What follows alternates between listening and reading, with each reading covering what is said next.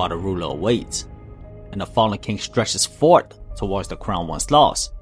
Those who dwell beneath must ceaselessly affirm their worth. Only through this unending trial may they earn the right to stand before those who alone can grant them the chance to transform aspiration into rightful stature. David Benavidez defends his WBC crown against the 4th-ranked light heavyweight contender, Anthony Yarde, a dangerous puncher, boasting an 88% knockout ratio. For Yarde, this marks his 3rd and perhaps final opportunity to capture a world title.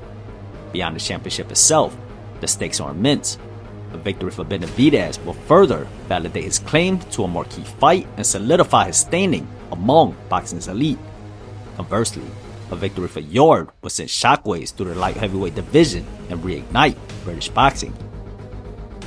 Anthony Yarde represents the explosive counterpuncher, a fighter who combines athleticism, power, and timing to devastating effect. Yarde's style is rooted in patience and precision rather than volume. He often starts cautiously, studying opponent's rhythm before unloading sharp, explosive strikes. His compact stance and muscular build allows him to generate tremendous power in short bursts, particularly with his right hand and left hook. Yarde's defensive approach is based on reflexes and upper body movement, relying on a proactive shoulder roll rather than a high guard. While he can struggle with sustained pressure and stamina in later rounds, his ability to capitalize on openings make him a constant threat. David Benavidez is a pressure-based volume puncher with elite technical refinement.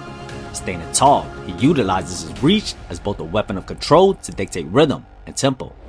Benavidez thrives on breaking opponents down systematically with volume, throwing fluid combinations that blend speed, accuracy, and power. His style is built on ferocious forward aggression, taking away space effectively, forcing exchanges, and overwhelming opponents with sustained offensive output. Despite his aggression, Benavidez maintains composure and ring IQ, rarely smothering his own work.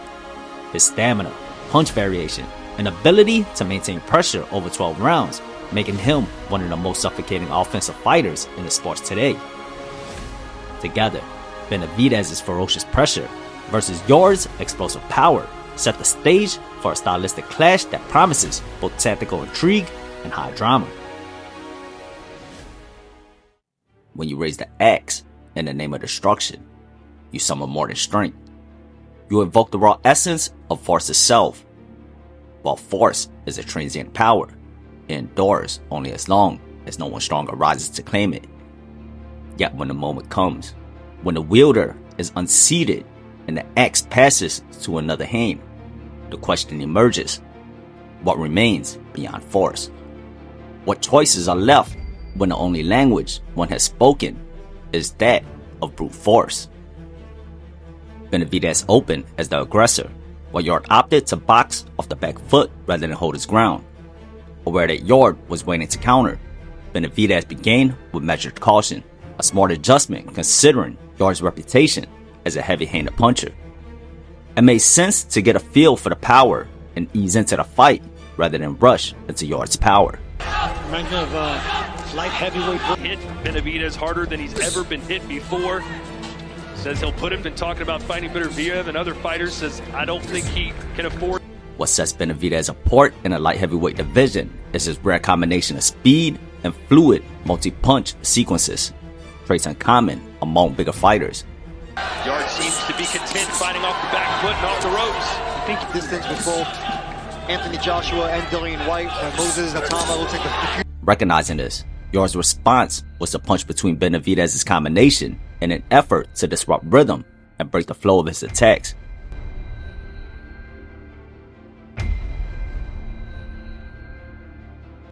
But relying solely on counters between combinations isn't enough to secure victory, especially against a durable, relentless fighter like Benavidez.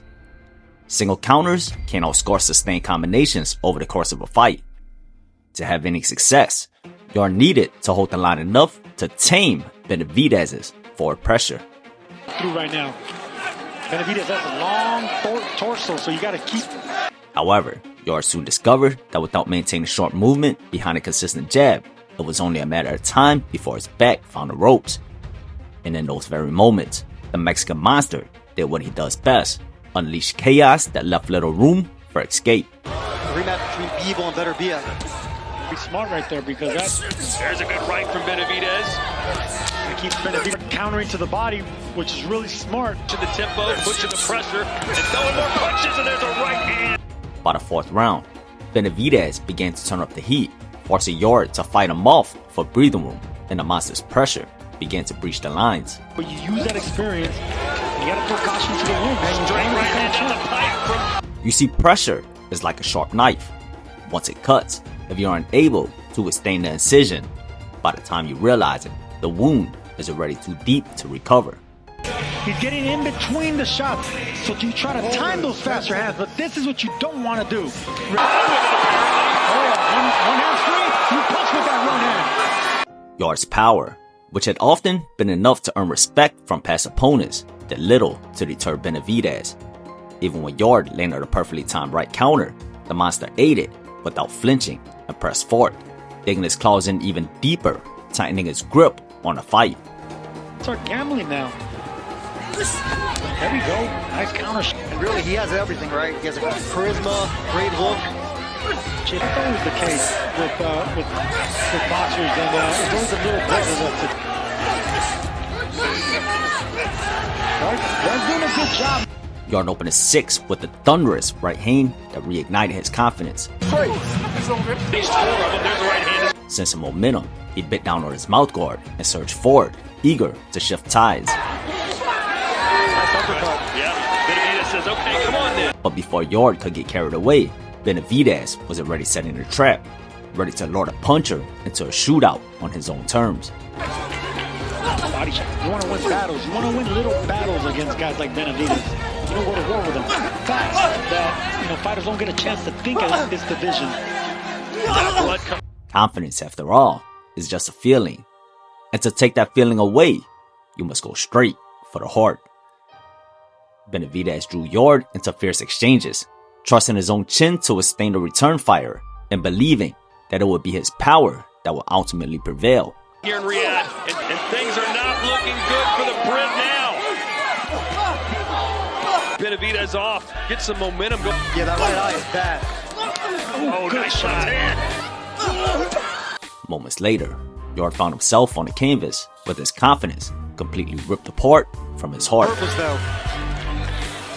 From there, the damage only mounted. The monster sensed the end and closed in violently, finishing what he had started. The one punch power. Benavidez is peppering Yarde here in the corner. He always kills, and right now. Look at that left hand. Have an answer. And listen, Anthony Yarde's been in there with Beterbiev. If we're questioning his shot. From David Benavidez, the referee has seen it. Benavidez, in his 3rd fight at light heavyweight, finishing Anthony Yarde. In a statement-making performance, David Benavidez finally secured the emphatic stoppage at light heavyweight he had been chasing. Yarde displayed tremendous heart, but unfortunately, heart alone wasn't enough. Benavidez's chin neutralized the puncher's power, while his unyielding combinations battered Yarde's defense. With Dmitry, Bivol, and Artur Beterbiev expected to complete the trilogy in early 2026, Benavidez has little incentive to wait on the sidelines for a potential shot at either man.